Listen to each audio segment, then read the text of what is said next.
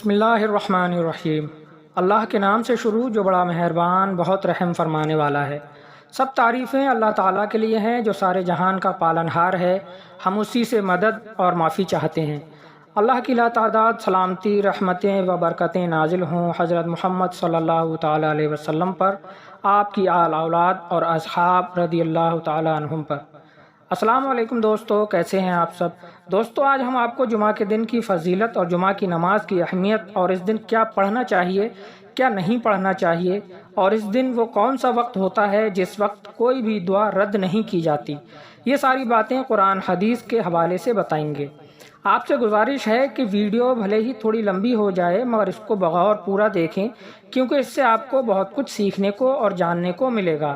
اور ہماری اس کوشش کو پسند آنے پر ویڈیو کو لائک اور چینل کو سبسکرائب کر کے ہمارا حوصلہ بھی ضرور بڑھائیں، تاکہ آگے بھی ہم آپ کے لیے ایسی ہی معلوماتی ویڈیوز لاتے رہیں۔ اور صدقہ جاریہ کی نیت سے اس ویڈیو کو اپنے مسلم بھائی بہنوں تک بھی ضرور شیئر کریں، کیونکہ کسی اچھی بات کو دوسرے تک پہنچانا بھی صدقہ جاریہ ہے، اور جو بھی آپ کے اس شیئر سے اس پر عمل کرے گا تو آپ کو بیٹھے بٹھائے ثواب ملتا رہے گا۔ آپ کہیں بھی ہوں، کچھ بھی کرتے ہوں، آپ کو معلوم ہو یا نہ ہو، مگر فرشتے آپ کے نامہ اعمال میں نیکیاں لکھتے رہیں گے۔ یوں تو سب دن اللہ تعالیٰ کے بنائے ہوئے ہیں، مگر جمعے کے دن کی اہمیت کو بیان کرتے ہوئے اللہ کے رسول صلی اللہ تعالیٰ علیہ وسلم نے ارشاد فرمایا، اللہ تعالیٰ نے ہم سے پہلے کے لوگوں کو جمعے سے محروم رکھا، چنانچہ یہودیوں کے لیے سنیچر اور عیسائیوں کے لیے اتوار کا دن تھا، پھر اللہ ہمیں لے آیا اور اس نے ہماری جمعے کے دن کی طرف رہنمائی کی۔ اس نے دنوں کی ترتیب اس طرح بنائی کہ پہلے جمعہ، پھر سنیچر اور اس کے بعد اتوار۔ اسی طرح وہ قیامت کے دن بھی ہم سے پیچھے ہوں گے، یعنی کہ دوسری امت والے۔ ہم دنیا میں آئے تو آخر میں ہیں، لیکن قیامت کے روز ہم پہلے ہوں گے اور تمام امتوں میں سب سے پہلے ہمارا فیصلہ کیا جائے گا۔ صحیح مسلم شریف حدیث نمبر 856۔ سب سے بہتر دن جس کا سورج طلوع ہوا جمعے کا دن ہے، اس میں آدم علیہ السلام کو پیدا کیا گیا، اسی میں انہیں زمین پر اتارا گیا، اسی دن ان کی توبہ قبول کی گئی، اسی دن ان کی وفات ہوئی اور اسی دن قیامت قائم ہوگی۔ ہر جاندار جمعے کے دن صبح سے لے کر سورج نکلنے تک قیامت سے ڈرتے ہوئے اس کے انتظار میں رہتا ہے، سوائے جن اور انسان کے۔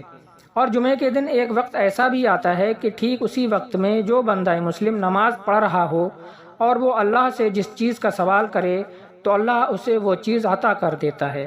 یہ حدیث بھی صحیح ہے، ابو داؤد میں 1046 نمبر۔ ایک دوسری حدیث میں ہے، تمہارے دنوں میں سب سے افضل جمعے کا دن ہے، اسی میں آدم علیہ السلام کو پیدا کیا گیا، اسی میں ان پر موت آئی، اسی میں سور پھونکا جائے گا اور اسی میں زوردار چیخ کی آواز آئے گی۔ ابو داؤد شریف 1046۔ بے شک یہ عید کا دن ہے جسے اللہ نے صرف مسلمانوں کے لیے عید کا دن بنایا ہے، لہٰذا جو شخص نماز جمعہ کے لیے آئے تو وہ غسل کرے، خوشبو ہو تو ضرور لگائے، اور تم پر مسواک کرنا لازم ہے۔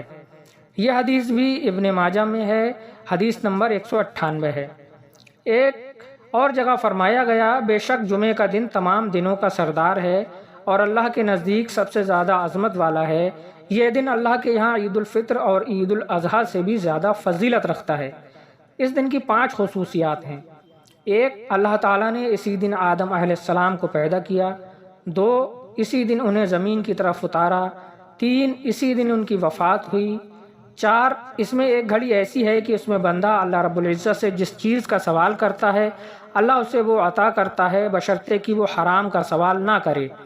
نمبر 5، اسی دن قیامت قائم ہوگی اور مقرب فرشتے، آسمان، زمین، ہوائیں، پہاڑ اور سمندر سب کے سب جمعہ کے دن سے ڈرتے ہیں۔ یہ حدیث ابن ماجہ میں 1084 نمبر ہے۔ جمعے کے دن سب سے اہم عبادت نماز جمعہ ہے، یہ ہر مکلف پر فرض ہے۔ اس بارے میں ارشاد باری تعالیٰ ہے، اے ایمان والو، جمعے کے دن جب نماز جمعہ کے لیے اذان کہی جائے تو ذکر الہی کی طرف یعنی کہ نماز کی طرف دوڑ کر آؤ، اور خرید اور فروخت یعنی کہ خریدنا اور بیچنا چھوڑ دو، اگر تم جانو تو یہی تمہارے لیے بہتر ہے۔ سورہ جمعہ آیت نمبر 9۔ اور اللہ کے رسول صلی اللہ تعالیٰ علیہ وسلم نے فرمایا، نماز جمعہ ادا کرنا ہر مکلف مسلمان پر حق اور واجب ہے، سوائے 4 لوگوں کے۔ نمبر 1 غلام، نمبر 2 عورت، نمبر 3 بچہ اور نمبر 4 مریض۔ یہ حدیث ابو داؤد شریف 1067۔ اسی طرح مسافر پر بھی جمعہ فرض نہیں ہے اور اس پر امت کا اجماع ہے، یعنی کہ اگر مسافر ہے تو وہ ظہر کی نماز پڑھے گا۔ جمعہ کی نماز جماعت سے پڑھنا فرض ہے، نماز جمعہ با جماعت ادا کرنا فرض ہے، اسے اکیلا پڑھنا صحیح نہیں، اور جس شخص کی نماز جمعہ فوت ہو جائے رہ جائے وہ ظہر کی 4 رکعت ادا کر لے۔ نماز جمعہ بغیر کسی شرعی عذر کے نہیں چھوڑنا چاہیے، اس لیے کہ جو آدمی غفلت کی وجہ سے 3 جمعے چھوڑ دے اللہ اس کے دل پر مہر لگا دیتا ہے۔ حدیث شریف ابو داؤد 1052۔ جمعے کے دن ایک گھڑی ایسی آتی ہے کہ اس میں کوئی مسلمان بندہ نماز پڑھ رہا ہو اور اللہ سے دعا مانگے تو اللہ اس کی وہ دعا ضرور قبول کرتا ہے۔ بخاری شریف حدیث نمبر 935، اور یہی حدیث شریف مسلم شریف میں 852 ہے۔ وہ مبارک گھڑی امام کے منبر پر بیٹھنے سے نماز ختم ہونے کے بیچ رہتی ہے۔ یہ حدیث نمبر 853 مسلم شریف میں موجود ہے۔ تم اسے عصر کی نماز کے بعد آخری گھڑی میں تلاش کرو، یعنی اس وقت کو۔ یہ بھی فرمایا گیا ابو داؤد کی حدیث شریف 1048 میں۔ امام ابن حجر عسقلانی رحمۃ اللہ تعالی علیہ نے فتح الباری میں اس بابت علماء کے 40 اقوال درج کیے ہیں، لیکن زیادہ تر علماء انہی 2 طرف گئے ہیں۔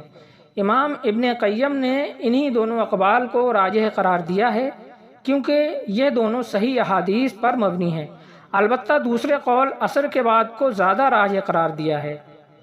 جاد المعاد جلد 1 صفحہ نمبر 382، یہ ابن قیم کا حوالہ ہے۔ اکثر حضرات اسی کشمکش میں رہتے ہیں کہ جمعے کے دن کیا پڑھنا چاہیے، تو بہرحال آپ کو بتا دیں اس دن اور رات میں اللہ کے رسول صلی اللہ تعالیٰ علیہ وسلم پر زیادہ سے زیادہ درود شریف پڑھنا چاہیے، کیونکہ آپ صلی اللہ تعالیٰ علیہ وسلم نے فرمایا تم اس دن مجھ پر کثرت سے درود پڑھو، تمہارا درود مجھ پر پیش کیا جاتا ہے۔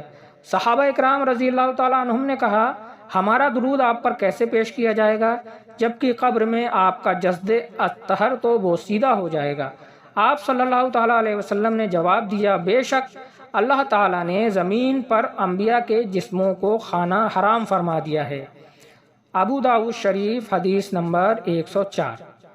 ایک اور حدیث میں ہے میری امت کا درود مجھ پر ہر جمعے کو پیش کیا جاتا ہے، پس جو شخص مجھ پر زیادہ درود پڑے گا وہ سب سے زیادہ میرے قریب ہوگا۔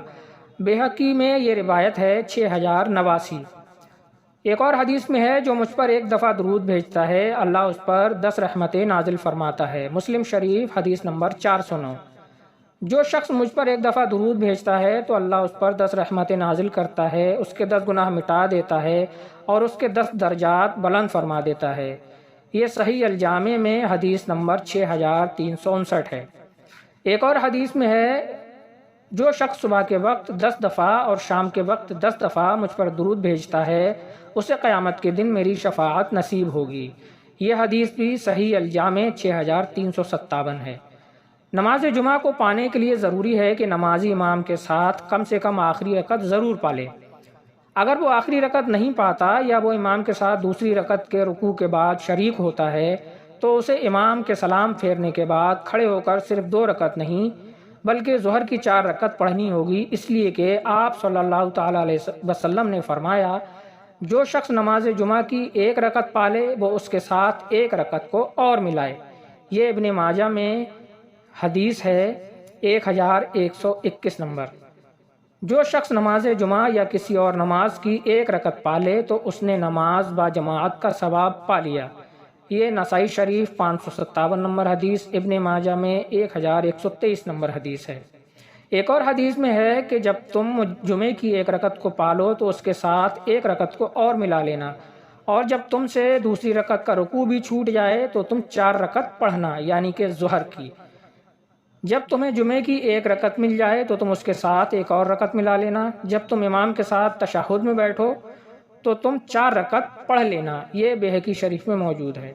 تو دوستو یہ تھی جمعے کے تعلق سے فضیلتوں کے باب میں ایک ویڈیو، اور جمعے کی نماز کس طرح ادا کی جائے اس کے تعلق سے ایک ویڈیو۔ اس کے تعلق سے اور بھی بہت سی فضیلتیں ہیں، ویڈیو زیادہ اور زیادہ لمبی نہ ہو اس لیے ہم نے اسی پر اختصار کیا ہے۔